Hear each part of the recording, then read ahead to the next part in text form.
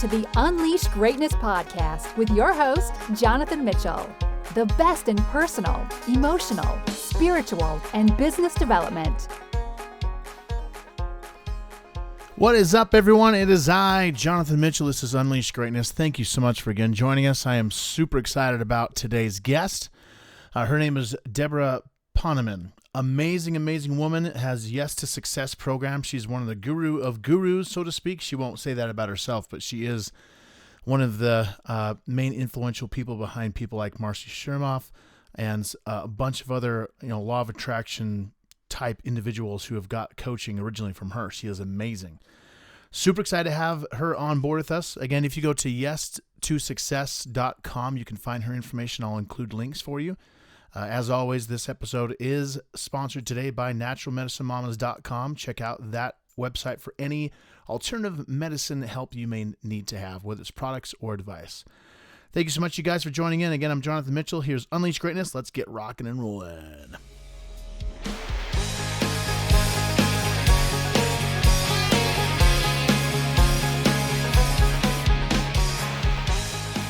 Hey everyone, this is Jonathan Mitchell with Unleash Greatness. Thank you so much for joining me. Today is interview day with the one and only Debra Poneman, who has been gracious enough to join me today. I'm so happy and excited. How are you, Debra? I am excellent, and even more excellent because I get to be with you. Oh, that's so sweet. Thank you. I am very, very grateful for having you coming on. So we got connected through a mutual friend, Teresa, who has been on my show before. And I'm so excited to have you. So the first question is, as always, I've done a little short bio for you, but I'd love to have you introduce yourself to our listeners. Just kind of give us a rundown of who you are, what you do, and what you're up to. Wow. You mean I get to brag about myself? Heck yes. Which is kind of a double-edged sword. Sometimes I'll be on an interview and they'll say, brag about yourself. And I'll say, well, I did this and this. And then you see in the comments, wow, she just sits there and brags about herself. That's weird. And then if I'm humble, they're like, wow, she has that false humility. So, right. Right. That's awesome. But anyway, I'll just go for it. In the 1970s, this is a really crazy, short, long story. In the 1970s, I became a teacher of the Transcendental Meditation Program. Mm-hmm. And I taught over 1,000 people how to meditate with TM. And I spent a lot of time with Maharishi Mahesh Yogi. And then towards the end of the 70s, I decided that woman does not live by mantra alone. So I left the meditation community I was living in and I moved to LA because I needed to make some money. And I thought that's where the money was. Well, it was, just not for me. But when I was in LA, I was introduced to this concept that your mind creates your reality. I went to an event at the Learning Annex, and it just absolutely blew my mind. This is early 80s, and the concept that you could change your life by changing your thinking. I mean, this was 3 decades before The Secret. Yeah. And I'm like, oh my goodness, this is why I came to LA. It wasn't to make money. It was to go to this event, and it just rocked my world. And I went and I quit the job. I was selling investments. I was a dismal failure anyway. I quit my job and I spent months studying the great masters of success and prosperity like Napoleon Hill and Wallace Wattles and Emmett Fox, Science of Mind and Church of Religious Science. And I created my own seminar. And it's really crazy because I kept it a secret while I was developing it because it's one of the principles of success that I teach, that which is sacred should be kept secret. Don't go telling everybody what you're going to do. I don't believe that anybody could steal your stuff because even if 1,000 people teach success or 10,000 people teach happiness, there are people who incarnated on this planet to hear the message from you and are waiting for you. But I don't think that people should go telling everybody what their plans are because they'll bump up against the discouragement committee. And those are the people who are going to tell you why your idea is not going to work. Right. So when I was developing my seminar, which was going to be called Yes to Success, I kept it to myself until I rented a room at the Santa Monica Public Library, and I started putting up posters. That's what you did in the 80s. I put up posters, right. Debra Poneman to teach how to say yes to success. And even though once the posters went up, the discouragement committee showed up and said, nobody's going to believe a crazy idea like your mind creates your reality.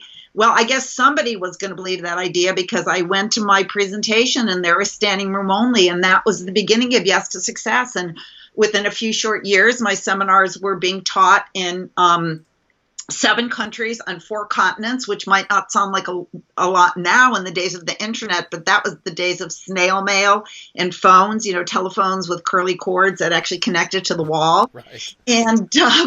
And it was huge. It was a huge phenomenon. And a lot of people who became world-renowned transformational leaders and New York Times bestselling authors and millionaires and billionaires were my students in the early 80s. And I think you know the end of the story, and that is that in 1988, at the peak of my success, I was about to have my own daytime TV talk show, and my book, my Yes to Success book was in the hands of a major 2 actually major New York publishers, and I just gave it all up because I teach people to follow your heart. And if you're true to yourself, even though it may look like it's not leading you to success, if you follow your heart, it will always lead you to success. Right. So I gave it all up when my daughter was born because I decided that where my heart was with her, and I wanted to be a mom at home. And there I stayed for 21 years. And actually, one of the funniest stories is I was supposed to do a whole series of presentations in Singapore, well, actually in Asia. And the promoter, when my daughter was born, called me and said, we heard your child is born. Let's get this tour on the books. And I said to him, you're going to have to call me back in 18 years. And wow. Right, which turned into 21 years when my son was born. And, a lot of people think, how could you have given up your career? And the truth is that everybody was put on earth for a purpose. And I knew that I had a message, and I knew that I was meant to speak, and I knew I was meant to share these truths. But I also knew that the way to success is to follow your heart. So I stayed home with my kids, and 21 years later, boom, out of the starting block, some of my former students from the 1980s, one of my former students, Marcy Shimoff, who is a New York Times bestselling author. She's actually sold 16 million Chicken Soup books. Right. She had the idea to teach a course called Your Year of Miracles. And she thought, whose life is miraculous that I could teach this with besides her own? And she thought of me. And we've had thousands and thousands of students from all over the world, actually 72 countries, who have taken our Yes to Success mentoring program. That's my story. That's so awesome. I love it. Well, and then this show, we like to focus on, obviously the topic is unleashing greatness and in a lot of different areas. But with you, because obviously of your own background, want to focus on just success, whether that's with relationships or money or business, because obviously the principles you teach kind of apply all over. Am I correct? Absolutely. Okay, good. With that being said, what does it mean to you when you see someone who is in their own greatness, in the miracle zone, things are happening, and they're just an amazing person? What do you see inside of them that makes them different from other people? Well, I think it's all about intent. If the intent is to glorify yourself, mm-hmm. These days, Jonathan, you know this just as well as anybody. It's just, you can know the difference between somebody who comes from a place of ego, where they do something because they want to be acknowledged and they want to be recognized and they want the accolades, or if they do it from a place of service. And right now, the energy in the universe is supporting those who come from a place of service. And I think that we could do, Mother Teresa was the one who said, you don't need to do great things, just do little things with great love. Right.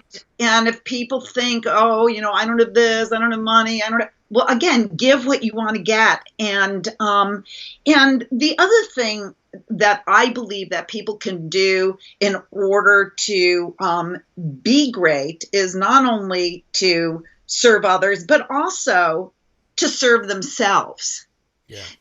And right, because a lot of times what we do is we sacrifice and then we have no energy left for ourselves. And I think that if you do what's best for yourself, it will always be what's best for everybody else. You know, we want to save our kids. We don't want them to suffer, but maybe they need to have that lesson. Maybe you need to just hold back and just let them stumble and fall, because that could be their greatest lesson. So, and sometimes what we do as parents, and sometimes what we do in our businesses, and sometimes what we do in life is we feel like we need to take other people's pain away. But often the pain is your greatest lesson. If you don't learn the lesson, you'll just keep doing it again anyway. So I think it's people who know who they are, take care of themselves, but also at the same time are there to serve others and do even the little things with great love. Right. How would you just suggest to someone for them to shift gears and go, okay, my life isn't bad. It's not the awesomest thing in the world. What would you say? Okay, how do I start noticing how to serve other people or to be that, to step into that? What would you say to someone? Well, I would say this. I would say that it's not so much that you need to like go work in a soup kitchen. Mm-hmm. I think what it is, you know, right now the world, you might have noticed, is not in the greatest shape. Okay, I think we can all agree on that. But what happens is that we feel helpless.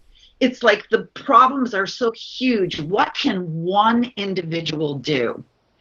But here is what I teach, and you can tell me if this resonates with you. Of course. It's just like the sun. The sun shines on everyone. The sun doesn't say, I'm going to shine on rich people and not poor people. The sun doesn't say, I'm going to shine on black people and not white people. The sun is in the sky, and we decide how much sun we allow onto our bodies. We could put up an umbrella and then say, oh, there's no sun. Or you could go underground and live in a bunker and die of vitamin D deficiency. But that's your choice. The sun's still out there shining. Right. Now, just like that, I believe that there is a light in the universe, and it's a light of grace. And it's filled with the grace of God, God of your understanding, you know, Buddha, Krishna, Jesus, whatever is the God of your understanding. So this light of grace is shining on all of us. And this light of grace it illuminates your life so that you can see the soulmate that's right there in front of you. You can see the job opportunity that's right there in front of you that you can't see if you're shrouded in darkness. So the question is, well, how do I get this light of grace to shine on me more so that the darkness lifts and I could see my soulmate, I could see the job, and I could see the money, and I could see the opportunity? Because right now I feel like I'm in the dark and I don't see much goodness around me. Right. Well, what's blocking that light of grace from illuminating your life is what I call tikkuns, Tikkuns. It's a Hebrew word which means repair. What did you come into this lifetime to learn? What did you come into this lifetime to repair? For some of us, we need to learn to speak up for ourselves. For some of us, we need to stop telling lies or untruths or exaggerations. For some of us, we need to stop taking credit when it wasn't really our idea. For some of us, we need to, there's all of these lessons that we all have come into this lifetime to learn. Some people, they're on their third or fourth or fifth spouse because they're not learning the lessons, so they have to keep marrying the same person in a different body over and over, right? Mm-hmm. Or you keep changing jobs, a different boss over and over, but where you're still, and it's always their fault, or it's always the company's fault. You have to learn your lesson, your tikkun. What did you come here to learn? And you know what it is. And if you don't know what it is, I'll tell you, it's what scares you. It's a thing that you have to face that makes you feel contracted inside, like, oh my gosh, I can't do this. For me, it's always been speaking up for myself, speaking my truth. I don't know if it's a past life, but I've always felt that if I spoke my truth and it ruffled anybody's feathers, I felt like I would die. I felt like I would die if I would send back soup that was lukewarm when I was at a restaurant and I like hot soup. Right. God forbid I would inconvenience somebody. So that was my cocoon. So when you face your cocoon and you absolutely just hold your breath, it's like jumping off a diving board. The high dive when you were a kid, you just had to hold your breath and do it. Right. Just face your cocoon. Just do it. And you'll find not only is everything you want on the other side, all the love, all the money, all the success, it's like the angels, the arms of the angels are there waiting for you. But here's the answer to your question. Not only do we remove that cocoon from our cache of lessons that we need to learn this lifetime, but when we remove that block to the light of grace, it not only illuminates our life more, so we eliminate that cocoon, let's say, of speaking up for ourselves. All that light of grace could come onto our life, and then I see, oh my gosh, there's this opportunity, because now the light of grace is illuminating my life. But also, you don't have to feel helpless that you can't do anything about the world situation, because every time you remove a cocoon so that the grace could come into your life, you're also allowing more grace, more of the light of grace to come on to the planet. As a matter of fact, every time you do a little thing, like even holding the door for somebody who's behind you with a baby carriage or a walker, even though you're in a hurry to get into your, exercise class, or you let somebody in traffic, or you pay somebody a compliment, or when the person in front of you in the grocery line is taking too long counting out their pennies instead of getting all intense and huffing and puffing, sending them love. Every time you do that, not only will there be more light of grace in your life, but you are bringing more light of grace onto the planet. And when we all start doing those things, that's when we're going to live in a state of grace. That's when all of these horrible things are just going to vanish and be replaced with light. Was there ever a time in your life, I know you talked about going to LA and then, discovering what you discovered and then went from there to become a teacher and mentor. Was there ever a time since then you felt like you were not living up to your potential, and then did something happen to shift you, or what was that kind of helped you go up to the next level? Yeah, I could share a story that's kind of vulnerable. One of the story that I just shared with you, that I gave up the TV show and the seminars and the book deal to be a mom at home. And people said to me, oh my goodness, like I was some kind of hero. First of all, I just want to make it clear, it was a blast being a mom at home. It's like you get to relive your childhood, but you can do it with awareness, right? Like you still get to go to the basketball games and the Barbie birthday parties and Chuck E. Cheese. And so nobody has to cry for me that I gave up 21 years. It was a blast. But when people say, oh, you gave up your career, the truth is, I had a friend who said to me one time, you gave it up for another reason besides just being a mom at home. And I said, I did?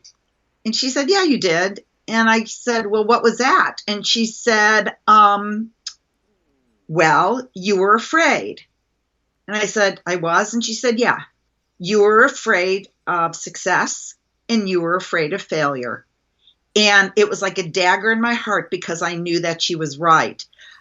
When I was in my 20s and my 30s, I worried a lot about what I looked like and what other people would think of me. So my business was on this incredible trajectory. So why not stop at the top? What if my book had come out and it failed? What if my TV show had come out and it failed? What if my seminars started slowing down? So why don't I just leave and go be a full-time mom at home? Because now I could go around telling everyone, and I went out at the top right before I was supposed to have a TV show, right? Yeah.